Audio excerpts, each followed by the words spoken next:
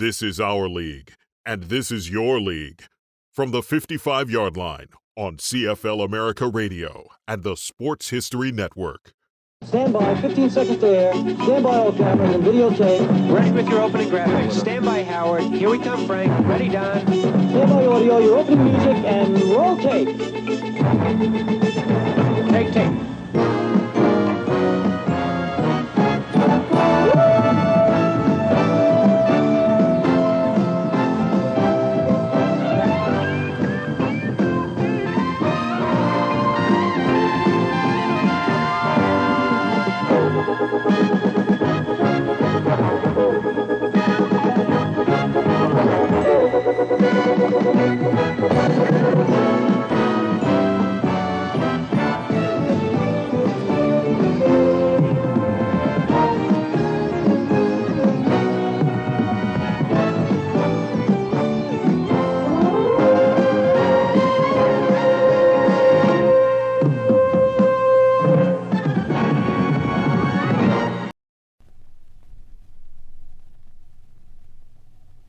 Has the team set at the line.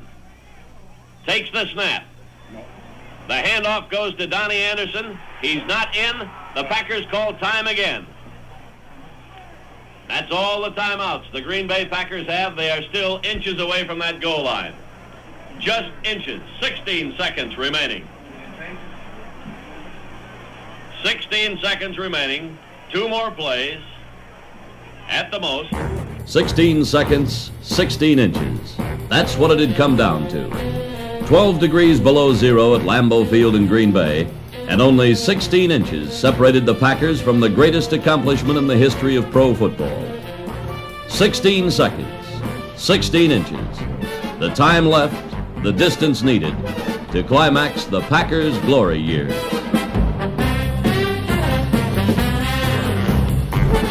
Here are the Packers. Third down, inches to go to Paydirt. 17-14. Cowboys out in front. Packers trying for the go-ahead score. Starr begins the count. Takes the snap. He's got the quarterback sneak, and he's in for the touchdown, and the Packers are out in front. 20-17. There's 13 seconds showing on the clock, and the Green Bay Packers are going to be world champions, NFL champions for the third straight year. 3 straight NFL titles. The climax to the unprecedented triple crown of professional football. There wasn't room enough to run, so Bart Starr changed the Vince Lombardi script, and he dove to daylight to put the exciting, climactic chapter in the story of the Green Bay glory years. 3 straight league titles, victories in the first 2 Super Bowl games, 3 years, 1,000 thrills, 1,000,000 memories. But for Green Bay fans, there may never be another moment to match this one. There's the gun. The football game is over. History has been made. The Green Bay Packers have won 3 straight National Football League championships. In 1965, they defeated the Cleveland Browns right here at Lambeau Field for number 1.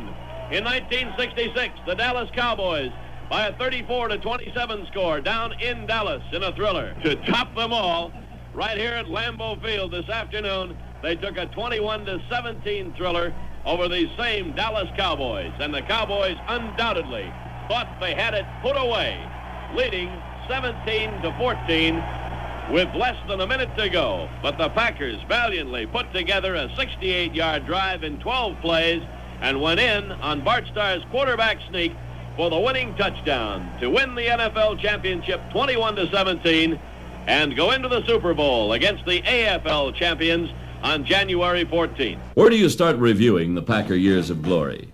Where do you start to tell the story that was written chapter by chapter through 42 regular league games, the 1967 Western Division playoff, and 3 championship battles? I think we'd have to go back to Lambeau Field on a gray day in December 1965, when the Packers and the Colts tied for the Western Division championship and went into a playoff game for the right to meet the Cleveland Browns. Sudden death overtime. The football game is officially over. Regulation time has run out with a score of 10-10. The Green Bay Packers won the flip of the coin, And they have elected to receive at the north end of the field to put the ball in play for sudden death overtime. Yes, the Packers had won that all-important flip, and naturally they elected to receive. This is the way that overtime period started off. Lou Michaels advances on the ball for the Baltimore Colts, and we're into the sudden death overtime. Tommy Moore takes it at the 2-yard line, up to the 15, the 20, is hit and wrapped hard at the 23-yard line by Wendell Harris. And so the historic sudden death period was underway. It was only the second one in NFL history and turned out to be the longest. With sheer tension riding on every play, the game evolved into a punting duel, with the Colts slowly gaining the advantage. Then, 8 minutes into the overtime period, the Colts made their move. The ball is on the hash marks at the far side of the field. It is 4th down. 5 yards to go for the Baltimore Colts. And Lou Michaels will attempt a 47-yard field goal. The angle is to the left. Bob Boyd will hold. There's the snap. The ball is booted. It's in the air. It's going to be short and wide to the right. It is no good. And the Green Bay Packers take over at their own 20-yard line. The Packers had the ball, and 5 minutes later, they had the ball game. Here's the way the dramatic score was set up. 2nd and 8 for the Packers on the Colts' 44-yard line. Bowman is over the ball. Bratkowski is counting off. He takes. He's going back to throw. He sets himself. He fires a pass out to the right side. It is complete. On a beautiful catch to Carroll Dale at the 26-yard line, forced out of bounds immediately by Bobby Boyd. And the Packers are now within field goal range. But, of course, they'll try to get in for that touchdown if they can. Make sure of the score. It's 1st down, 10 yards to go for the Packers on the Baltimore 26-yard line. The Packers had done it the hard way. Bart Starr had been injured on the first play from scrimmage, and Zeke Bratkowski had guided the Packers the rest of the way. Bratkowski had them moving in for the kill. Bratkowski counts off, hands to Taylor, and Taylor squirms over the line of scrimmage and moves the ball down to the 17-yard line, and here comes the kicking unit. Now the Green Bay Packers have a shot at it. They will be kicking from about the 25-yard line. The ball is slightly to the right side of the field. There will be a very slight angle to the left. The ball is on the 18-yard line. Bill Curry gets over the ball at center. Bart Starr will kneel at the 25-yard line. And it's all up to Bart Starr and Don Chandler now. Starr stretches out the hand. There's the snap, the boot, the ball is in the air. It is good! The Green Bay Packers are the Western Division champions by a score of 13-10 over the Baltimore Colts. That sudden death victory propelled the Packers into the championship game against the Cleveland Browns. The mighty Browns, with their superstar, Jimmy Brown, were defending the title they had won the year before. A 4-inch snowfall covered the field, and small flags were placed along the sidelines to give the officials a chance to locate the out-of-bounds markers. The Packers limped onto the muddy field. Jim Taylor was hobbled by a muscle pull and an injured ankle, and Bart Starr winced with the pain from his tightly taped, aching ribs. But this was the game for the title, and the Green Bay defense, playing sound, fundamental football, held the Browns. And on offense, Taylor and Horning and Starr had the Packers in front by 1 point in the third period.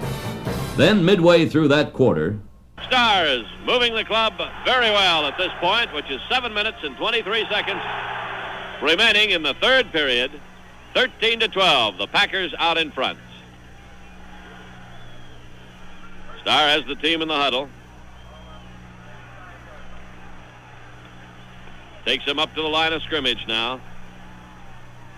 Bowman over the ball at center. Hands off to Horning. Slash over the right side, and Horning scampers across the 25, down to the 20, into the 15-yard line. The big hole was there on the right side. Beautiful blocking by Jerry Kramer, Forrest Gregg. And Horning drove through it, rambling all the way from the 36-yard line down to the 15 of the Cleveland Browns, and Larry Benz, the right safety man, finally brought him down. Beautiful run by Paul Horning, good for 21 yards. And another first down for the Green Bay Packers. Packers definitely moving in now.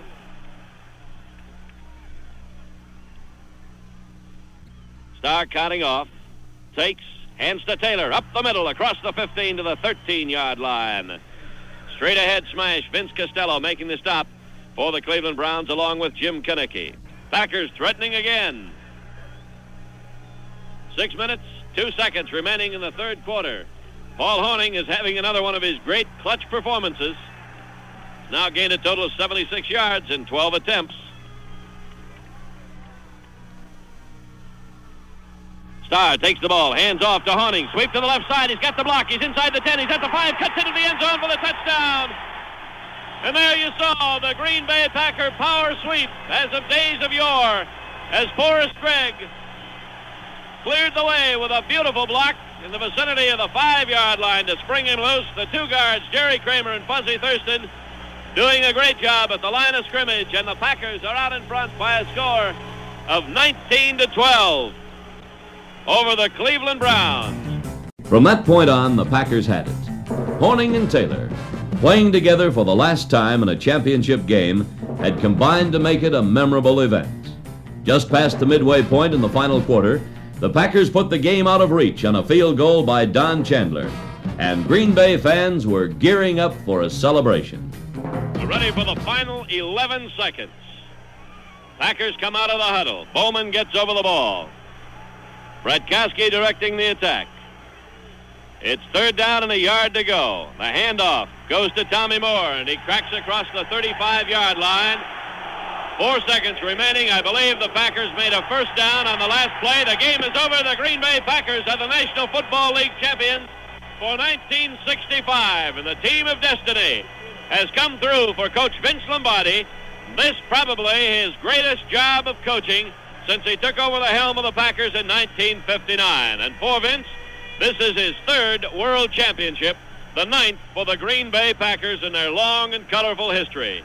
They did it the hard way by tying with the Baltimore Colts, beating them in a playoff game, and then decisively outplaying the champion Cleveland Browns here at Lambeau Field this afternoon, winning by a score of 23-12. And the goalposts at the south end of the field have just come down. And now at the north end of the field, they're coming down, and souvenirs aplenty will be grabbed off by Packer fans tonight. Those Packer fans, nearly 51,000 of them, left that title game talking about Paul Hornung and Jim Taylor. The fabled thunder and lightning of the Green Bay backfield had struck for a total of 201 yards, and the Packer defense had held the feared Jim Brown to just 50 yards. Truly, it was a night to stand up and cheer for the Packers. So the Packers moved into 1966 and roared through the season with a 12-2 record that took them to the Cotton Bowl to face the challenge of the Dallas Cowboys in the title game on New Year's Day, 1967. Packers out of the huddle, up the line of scrimmage. Starr counting off. Takes, fakes a handoff, goes back to throw. Pumps once, fires up the middle, the pass is complete to Boyd Dollar for the touchdown for the Green Bay Packers. And Dollar was belted hard in the end zone after the touchdown had been scored by Mike Gechter. And a little fracas almost started, but the touchdown is good. And the Packers are out in front 27-20 over the Cowboys. And Don Chandler will attempt the extra point. Bart Starr threaded the needle that time. He had plenty of time back there. He looked, and he finally found Boyd Dollar open in the end zone. Chandler will attempt the extra point for the fourth time this afternoon. Starr holding. There's the snap. The kick is up. It's good. And the Green Bay Packers lead 28-20 over the Dallas Cowboys. And that 8-point lead looms very big now as this game wears on. 8 points up, 10 minutes left. And still the Green Bay machine rolled on. Bart Starr clicked off a series of vital third down plays, climaxed by this one. So Bart's forced with the third down and long yardage situation again. He's in to throw, lofts a soft pass way downfield, complete for the touchdown to Max McGee. And that's about as good a third down play as you can come up with. Starr to McGee, 29 yards for the touchdown, and the Packers go out in front 34-20 over the Cowboys. Don Chandler will try to kick the extra point to make it 35. The Cowboys blocked Chandler's kick. Still, the Packers led by 14 with only 5 minutes left. And it was 3rd and 20 on the Dallas 32 when Meredith goes back to throw the bomb. The long one, and it is complete to Frank Clark. And Clark takes it into the end zone for the touchdown. A 69-yard pass play as Frank Clark, who had come in replacing Pettis Norman at tight end, got loose. And Don Meredith hit him with the bomb. Meredith to Clark, 69 yards for the touchdown. And it's 34-26. Dallas added the extra point. And as 70,000 Texas throats screamed, the Cowboys soon had the ball again. 1st and 10 on the Green Bay 47, and the clock showed 2 minutes and 19 seconds left to play. The heart-stopping action continued. Watch the action, watch the clock. Talk about your finishes. This is it. You couldn't have written it any closer than this. Meredith has the team at the line. He takes, he turns, flips to Reeves, and he drops the ball. The little swing pass to Dan Reeves, right in his hands. He dropped it behind the line of scrimmage. It is 3rd down and 6 yards to go.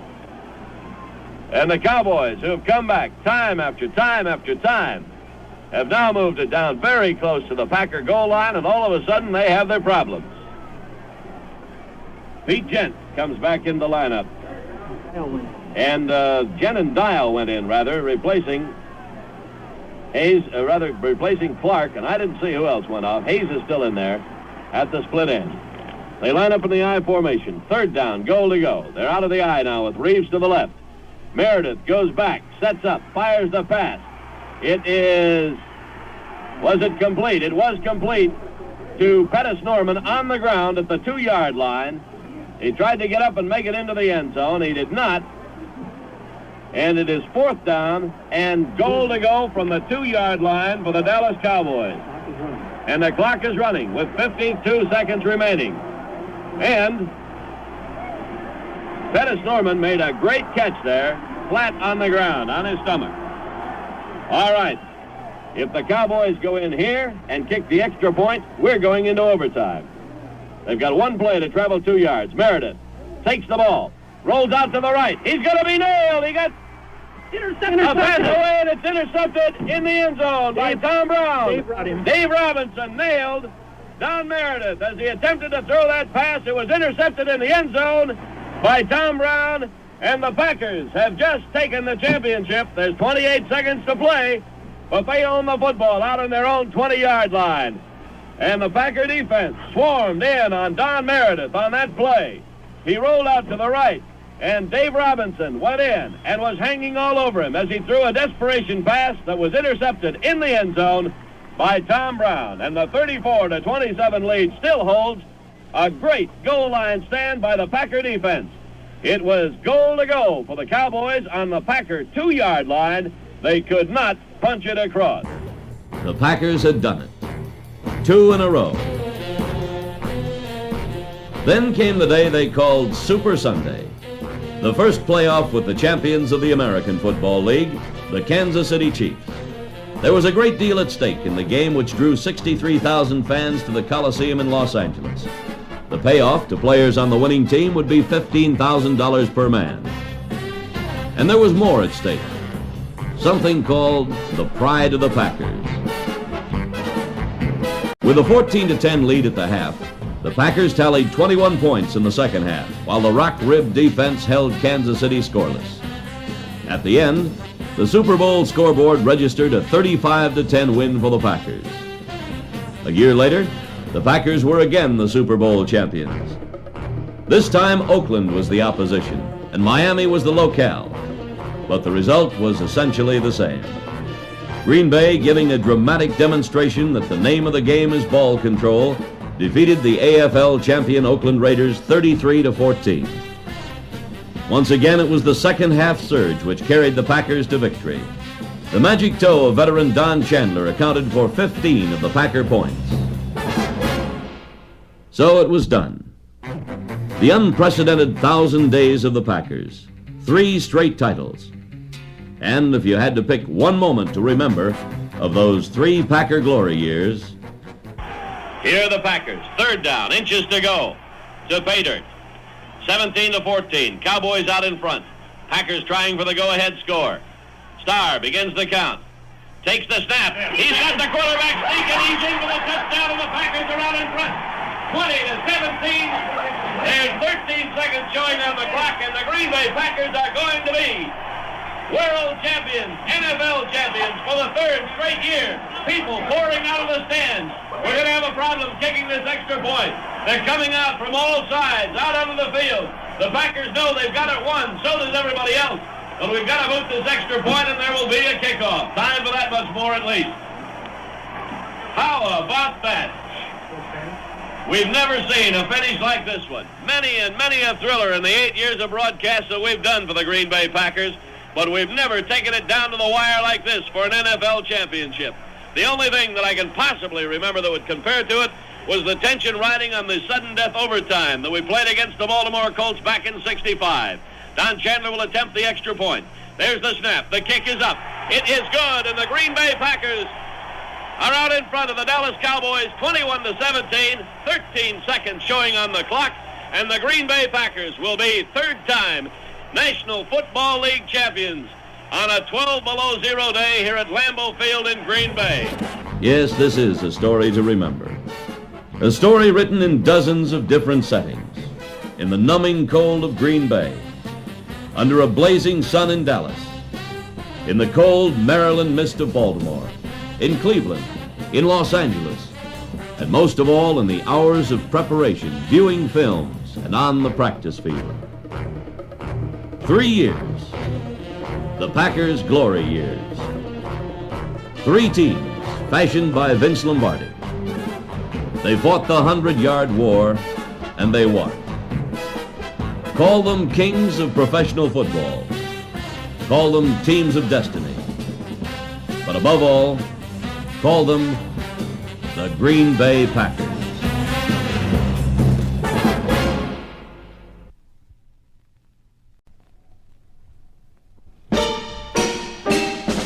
The date, February 1st, 1968. The speaker, Vince Lombardi.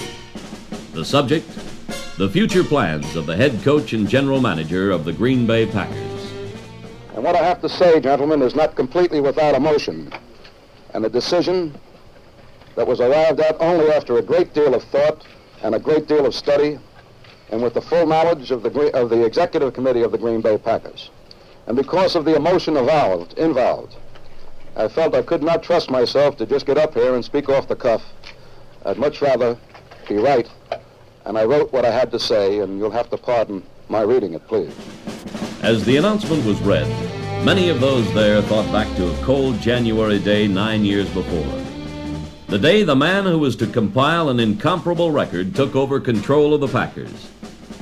On that day, Vince Lombardi did not read his statement. It was short and to the point. He said, "Gentlemen, I never have been associated with a losing team, and I don't intend to start now." He didn't start. That year, he guided the Packers to their first winning season after a dozen frustrating years. What he did was start a dynasty. A dynasty built on dedication to the rules of fundamental football. Crisp blocking, sure tackling, hard running, and precision passing. It's all there on the record. 91 victories, 29 losses, 4 ties. 6 Western Division championships. 5 National Football League titles, including an unprecedented 3 in a row. 2 decisive victories in the Super Bowl. But ask Vince Lombardi for the secret behind the astonishing success story, and he'll say it's the team. The team as a unit. Yes, always the team as a unit. Bowman over the ball now. Second down play. Starr goes back to throw. Sets, fires, complete to Tom Moore, and he breaks loose at the 10, goes to the 5, and into the end zone for the touchdown. Starr takes, hands to Taylor, hits the middle of that line, breaks loose from a tackler at the line of scrimmage, and gets across the 20 before he's stopped by 3 or 4 Detroit tacklers. Wayne Rasmussen was in on the tackle along with Sam Williams, and getting up from the bottom of the pile was Darius McCord. Pick up on the play, 5 yards, and a little bit better. The pressure has been on the Packer defense many times this afternoon, and they've done an outstanding job. Here are the Rams up to the line of scrimmage. Gabriel checks the defense. Passing situation. Takes the ball. Goes back to throw. The Packers come pouring in on him, and Willie Davis has got him back at the 30-yard line and dumps him. And boy, we've got to salute that Green Bay Packer defense. They have been outstanding this afternoon. Henry Jordan, Willie Davis, Ron Kostelnik, Lionel Aldridge across that front line. What a great job they've done. And now the Rams will have to settle for a field goal attempt. Starr has the team at the line. He sets them, takes the ball, gives off to Travis Williams, and he's in for the touchdown. Travis Williams slanted over the right tackle spot, and he goes in, and the Packers lead 27-7 over the Los Angeles Rams.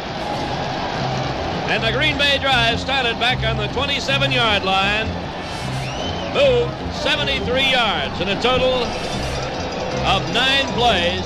The team is a unit, and yet the team is men.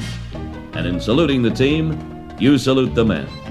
Men like Jerry Kramer, the offensive guard who overcame the nearly crippling injuries of his youth to become the leading force on the famed Green Bay power sweep. Jerry Kramer, who on a memorable day in 1962 stood in a gale-swept Yankee Stadium, kicked 3 field goals and a point after, 10 of the 16 Packer points as they defeated the New York Giants for the National Football League title.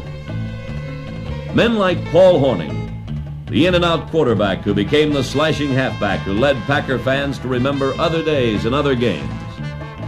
Men like Jim Taylor, the fullback who learned so well the Lombardi lesson, run to daylight. And men like Forrest Gregg, Bob Skoronski, and Fuzzy Thurston, Carroll Dale and Boyd Dowler and Max McGee, and on and on. Great players, great plays, great games, but always, it's the team. The team as a unit. Starr takes the ball, goes back to throw on first down, fires a pass. It is complete along the sideline at the 38-yard line. Complete to Bob Long, who ran the down-and-out pattern from his flanker spot on the right side and was well ahead of Jimmy Hill, the defensive back at that point. Hill was about 10 steps behind him, so Long had to dive back for the ball, took it on the ground, but it's good enough for the first down for the Packers on their own 38. They're out of the huddle now, up to the line of scrimmage. 18 points behind. Bart Starr's got to get the attack rolling. Paul Hornung goes in motion to the left side. Starr goes back to throw again. Fakes once, pumps up the middle, and it's complete to Bob Long. He's loose at the 40, the 35, the 30, gets a beautiful block, and he's going to go all the way for the touchdown. And the block was thrown by Carroll Dale at the 25-yard line of the Detroit Lions. A key block and a beautiful block. So the Packers have struck like lightning here.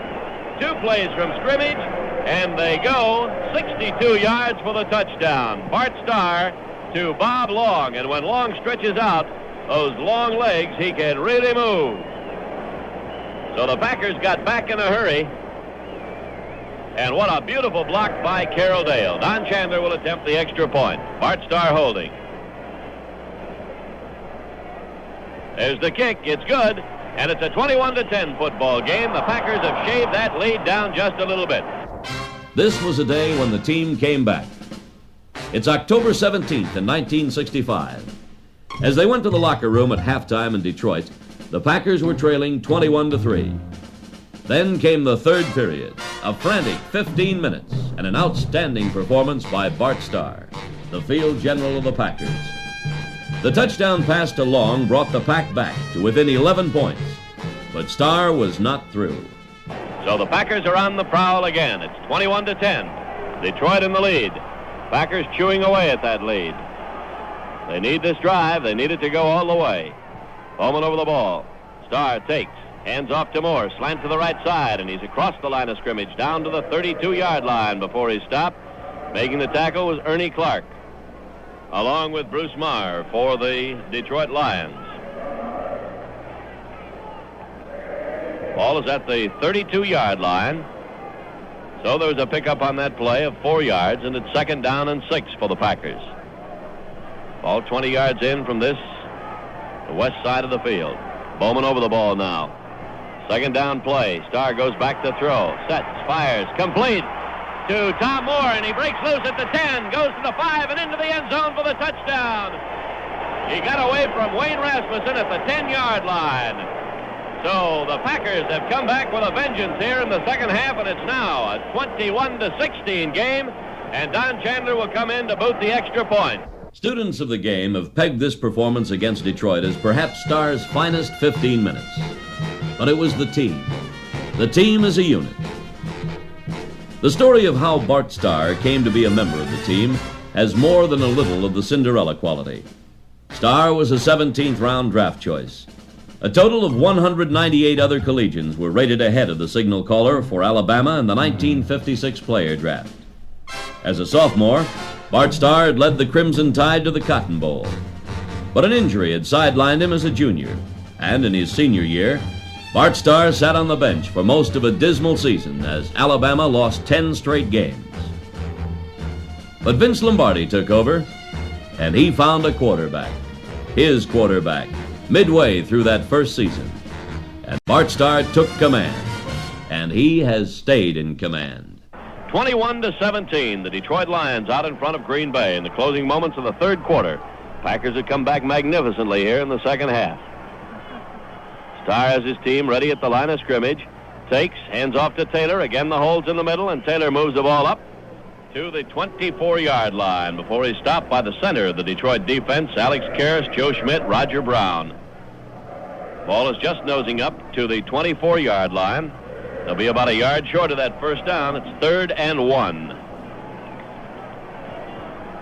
A minute and 41 seconds remaining in the third quarter.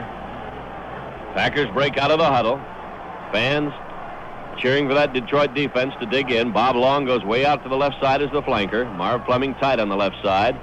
Carroll Dale split on the right. Fake handoff. Pass over the middle. It's complete to Dale, and he's going to go. He's at the 50, to the 30. He's going to go all the way, and the Packers are going to go out in front as Bart Starr called a magnificent play on a 3rd and 1 situation with the Detroit Lion defense bunched toward the middle, expecting the Packers to go for the first down. Bart Starr once again crossed up the defense, hit Carroll Dale with a perfect strike at about midfield, and Dale outraced the Detroit Lions defense to go in for the touchdown. Dick LeBeau and Jim Carney were close to him when he got the ball, but he outdistanced them by 10 yards to beat them to the goal line, and the Packers are out in front 23-21 over the Detroit Lions. Even though the emphasis falls on the offense in remembering these great years, the fans know that many of the Packers' glory games were won by the hard-nosed, proud, determined defense forged by Phil Bengtson and Vince Lombardi. Talk about the team as a unit.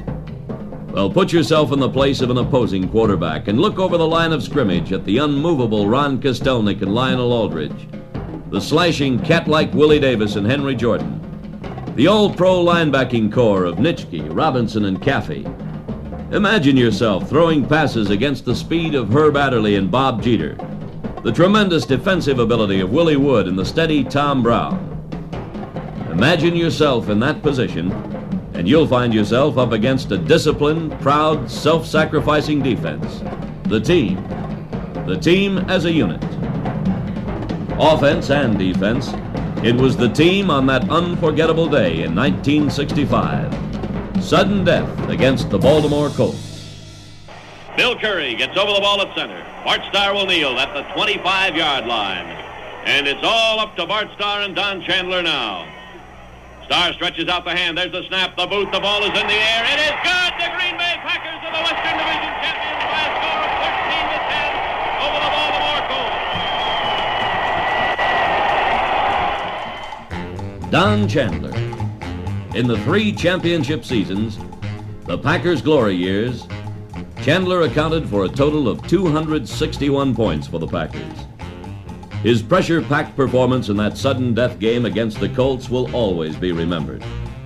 Remember, too, the 15 points he scored against Oakland in the second Super Bowl game. Don Chandler remembers, too. He remembers the day in the summer of 1956 when a discouraged rookie punter from the University of Florida named Chandler was persuaded not to quit the New York Giants. The man who did the talking? An assistant coach named Vince Lombardi. Don Chandler's clutch kick, the sudden death victory of '65, was an important chapter in the story of the glory years. It set the stage for the title game, the first portion of what was to become the Triple Crown, the victory over Cleveland. The Browns were defending champions. The week before, Bart Starr had taken a crushing block from a Baltimore Colt appropriately named Stonebreaker.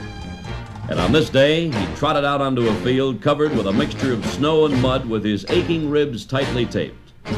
But the Packers, the team as a unit, was ready for the task. Starr takes the ball, hands off to Hawning, sweep to the left side, he's got the block, he's inside the 10, he's at the 5, cuts into the end zone for the touchdown.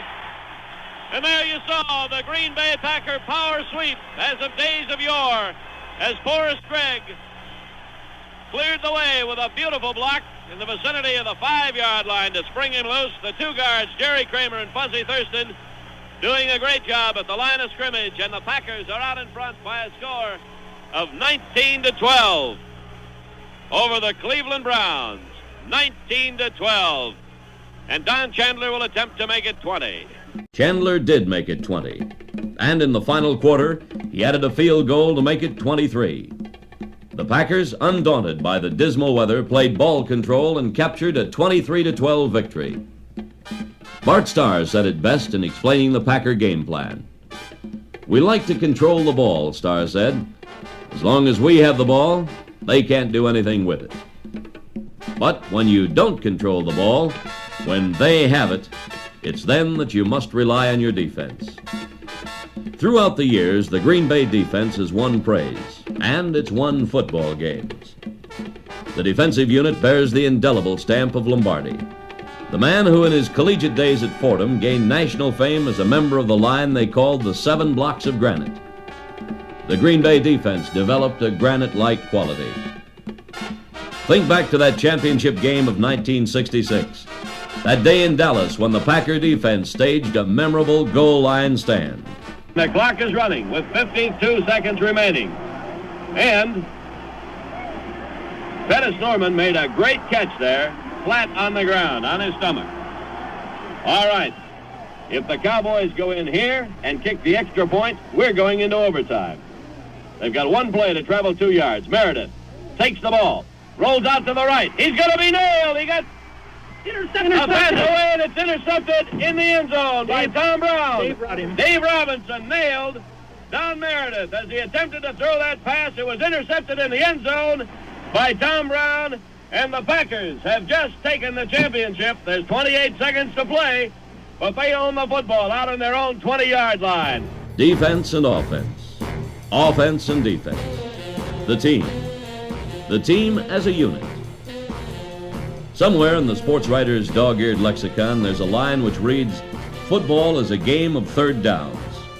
And someone has noted that Bart Starr is a third down quarterback. There's a special sort of electricity in the air when the Packers line up and the scoreboard shows that big number 3 in the down slot.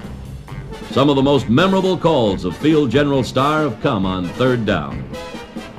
In the 1967 playoff game against the Rams, with the Western Division Championship on the line, this third down call proved to be the play that broke the game wide open. It's 3rd down and 13 for the Green Bay Packers at the Rams' 17-yard line. They want the touchdown here rather than the field goal, and this is the down that will tell the story, as Carroll Dale goes wide to the left as the flanker. Starr takes the ball, goes back to throw. Gets his pass away into the corner. It is complete to Dale for the touchdown. Carroll Dale took that one right over Irv Cross. A beautiful catch by Carroll Dale right behind Irv Cross, and the Green Bay Packers are out in front by a score of 13-7 over the Los Angeles Rams. While praising the accomplishments of head coach Lombardi, it's easy perhaps to overlook the accomplishments of general manager Lombardi. Through trades, judicious uses of draft choices, the Lombardi in the front office has supplied the Lombardi on the field with the men who make the team as a unit. Case in point, the 1967 season, when injuries cut sharply into the supply of available running backs. General Manager Lombardi found an answer. He found it in the person of a one-time Ivy Leaguer from Yale, former New York Giant Chuck Mersine. It's now 3rd down and 5 yards to go for the Green Bay Packers. on the Los Angeles Rams 6-yard line. An important play because if they don't make it here, they'll be forced with the decision whether to go for it or take the field goal. Starr has the team set at the line now. Takes the snap. Hands off to Chuck Mercine, and he's in for the touchdown. Draw play to Chuck Mercine. He drove up the middle and goes into the end zone for the touchdown on a 6-yard smash, and the Packers take a 20-7 lead over the Los Angeles Rams on a beautiful 80-yard drive, engineered expertly by Bart Starr, who mixed up the running game and the passing game, and Chuck Mercine, who started slowly this afternoon, was outstanding on that drive. He got 2 key first downs and just went in for the touchdown. And General Manager Lombardi remembers the needs of Coach Lombardi when it comes time for the college player draft. And sometimes he finds a bargain. The Packers' 4th-round draft choice in 1967 was a back named Travis Williams of Arizona State. And as a first-year man, Williams burst dramatically on the scene on October 30th when he took a cardinal kickoff and raced 93 yards for the touchdown. 2 weeks later against Cleveland, he went 87 yards with a kickoff. 12 minutes after that, he went 85 yards, and the legend of the Roadrunner was born. Then in the playoff against Los Angeles, Packers at the line, 1st and 10. Highland over the ball. Starr checks the defense, moving. The handoff goes to Travis Williams. Slant over the right side, goes to the outside, to the 40, the 35, the 30, the 25, the 20, and he's going to go in. Travis Williams slanted over the right tackle spot and moved 47 yards for the touchdown. And if Don Chandler boots the extra point, this ball game will be all tied up. And there's the Roadrunner really turning on that speed. The daylight was there as Jerry Kramer, Forrest Gregg, and Marv Fleming opened the way. And once he got past the line of scrimmage, he swung to the outside and he really turned it on. And the Packers, with 6 minutes and 45 seconds remaining here in the second quarter, should go into a tie if Don Chandler boots the extra point. And he has 39 out of 39 so far this season. There's a proverb which maintains a journey of 1,000 miles starts with a single step. In reviewing the story of the Packers' glory years, it seems that the team's journey of thousands of yards was climaxed by a trip of just 16 inches. Here are the Packers. 3rd down, inches to go to pay dirt. 17-14. Cowboys out in front. Packers trying for the go-ahead score. Starr begins the count. Takes the snap. He's got the quarterback sneak, and he's in for the touchdown, and the Packers are out in front. 20-17. There's 13 seconds showing on the clock, and the Green Bay Packers are going to be world champions, NFL champions for the 3rd straight year. 3 straight titles. And now, on a February night, the man who had fashioned the team as a unit, was telling us why the dual role of general manager and head coach was too much. I think you are aware, too, of the time and effort necessary and required to coach a successful professional football team operation, particularly with the additional games. The season begins as early as July the 10th and ends as late as January the 14th. This is a 7-day week. Also includes many, many evenings of work, plus many months of preparation before July, before the players arrive. And to repeat, gentlemen, because of the nature of the business, and because of the growth of the business and the corporate structure of the Packers, I believe it is impractical for me to try to do both jobs, and I feel I must relinquish one of them. Fortunately, I have had a very capable and a very loyal assistant. He has been with me since the beginning in Green Bay. I am positive that under his leadership and under his direction, Green Bay football will continue to be excellent, Green Bay football will continue to grow, and Green Bay football will be everything you want it to be. Gentlemen, let me introduce to you now the new head coach of the Green Bay Packers, Mr. Phil Bengtson. Phil Bengtson, the man who had been in charge of the defense during the 9 seasons, was moving up. Coach Lombardi, members of the board of directors, I'd like to thank Vince and the board of directors for the confidence they have shown in me in giving me this assignment. I realize that I will be succeeding a remarkable man. I'll be coaching a team with a record which is probably unequaled in the history of professional football. I hope that with the help of this fine coaching staff and our fine group of football players that we can continue with the winning traditions of the Packers. Thank you very much, gentlemen.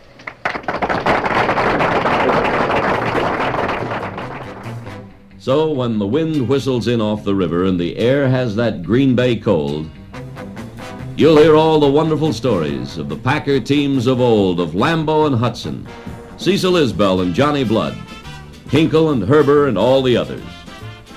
But as long as football lives here, and it will live forever, the fans will tell the story of a legend named Lombardi and 3 Packer years of glory. But they'll be told it was not one man who fashioned this football dream. It was the team as a unit. It was always the team.